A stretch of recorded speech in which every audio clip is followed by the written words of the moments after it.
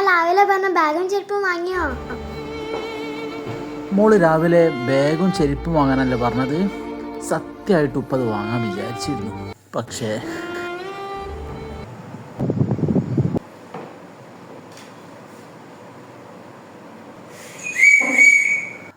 കോഴിക്കോട്ടേക്കല്ലേ?